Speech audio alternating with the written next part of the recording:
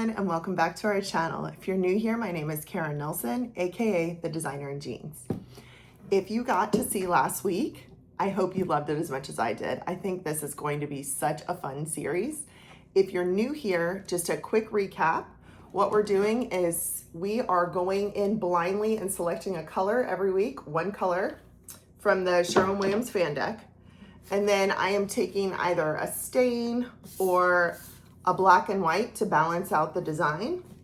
And we are selecting from this bowl one style and one room, all blindly. This is all by chance. So it makes every episode completely different and so much fun. So if you love interior design or you're just curious to see what I can do, stay tuned. I think you're gonna love this. Okay, the first thing I'm gonna be choosing is the color today. So here we go. My eyes are closed. I'm color. Only reason I would change is if I've already done the color. Let's go with this. Oh, we're in African gray today. Okay, this is a little bit easier than the electric blue we had last week. So let's do African gray. I will pull that out larger so you can see it. And then we are going to choose, okay, this one is transitional. Okay, this one's way easier than last week, which was eclectic. So we're having some fun here. Okay, and stay tuned because this is something that every week we're going through all the different colors. So if you don't love like the design this week, you may fall in love with it next week. That's what makes this so much fun.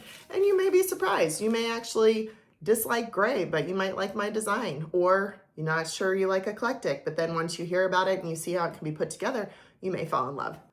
Let's see what we got. The living room. Okay, so here is our African gray larger, and this is it with the highly reflective white behind it, just so you can see it a little bit better. So I went on, I'm actually looking at their website right now, Sherwin-Williams, and the way that they describe this color is it is a self-assured gray that creates a tranquil vibe in most bedrooms. You can pair this with a neutral with a navy blue like salty dog to bring out its rich, cool tones. So we will be doing this in a living room, but they're saying this is a great color for a bedroom as well. How to make gray exciting.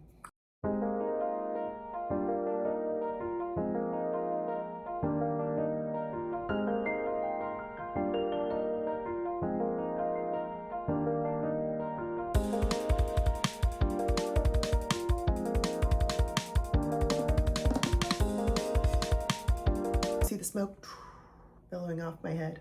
So here is the reveal. See if I can get this close enough for you guys.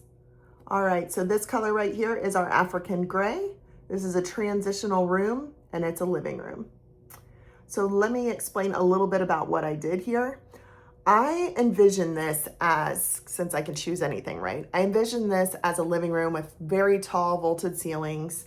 I envision this with a ton of windows, like I'm talking maybe a wall of windows.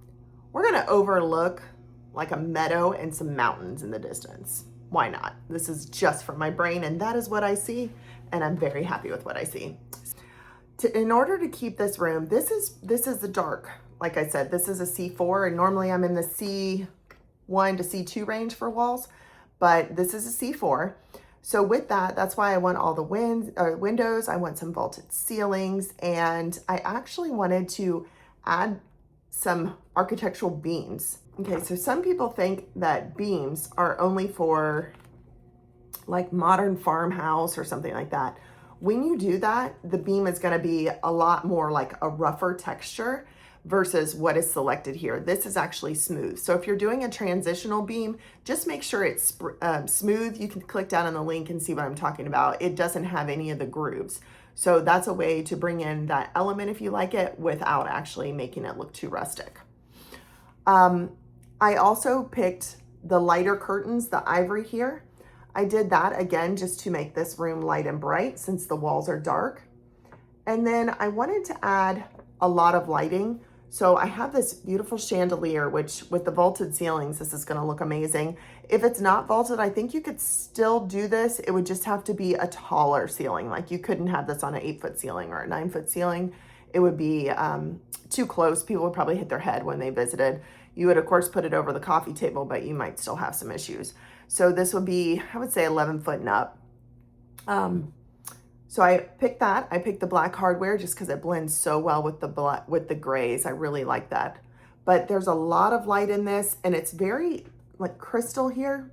So it's gonna spread a lot of light, and it's also going to cause some cool like dancing movement on the walls sometimes.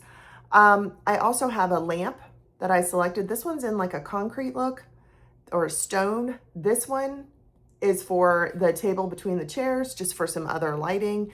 And I'm also wanting, it's not on here, but I would like an uplight, like in the corner here behind this tree, I would like to hide an uplight. So because again, the walls are so dark, we're gonna want lighting like in several different ways here, and dimmable would be incredible. So you can have a nice bright space, but you can also dim it down at night and just relax in this space since it's your living room, if you're entertaining or if you're just watching TV. All right, the other thing I did to lighten it up was, this is the rug that I found. I love this because it's in like a grayish color and it's also cream, so it keeps it lighter. What I would do, because I picked a dark sofa as well, so I would make this a larger rug. I would make this a 9 by 12 or even a 10 by 14, just so all the furniture sits on it and it really brightens up that space, especially if you have a dark floor as shown here. So you're really gonna want that to be large and keep that light and bright. The other thing that I selected was this round coffee table. This is in that dark espresso. It would look great on this. It's a very solid piece of furniture. It's going to create a little bit of visual heaviness in the space. So if you did want that dramatic cigar style feel, then this would be the table I would suggest, because it brings down the beams, but it also weights the entire room. But if you like light and bright like I do, I would choose a black glass top table to go with this. And this would keep the space light and bright, but of course offer you a space for some pretty decor on top. And I chose a dark round table to kind of weight the side of the room in between these two chairs. So if you've noticed here, all of my furniture is up.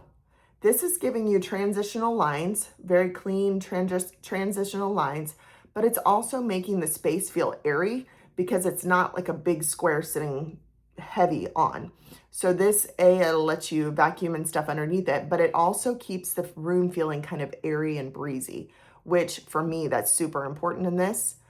I also selected 2 different kinds of art because it's a living room, so you're gonna have a lot of space. So I went with a canvas art that's like in the creams, the blacks, and the whites with some gray. And I also went for more of like this antique sepia toned 2-piece, almost like photography art as well. You could do your own sepia tone or your own black and whites or gray toned photos too of like your travels or family, whatever you would like to do.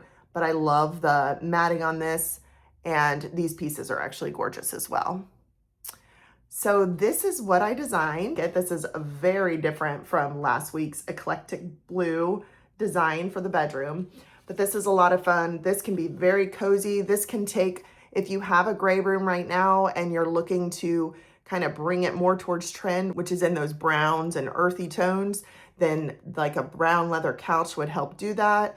You could, any of these natural elements bring you back into what is like the updated trend now. Thank you again for tuning in. I'm really enjoying this. I hope you are too. I will see you again later this week.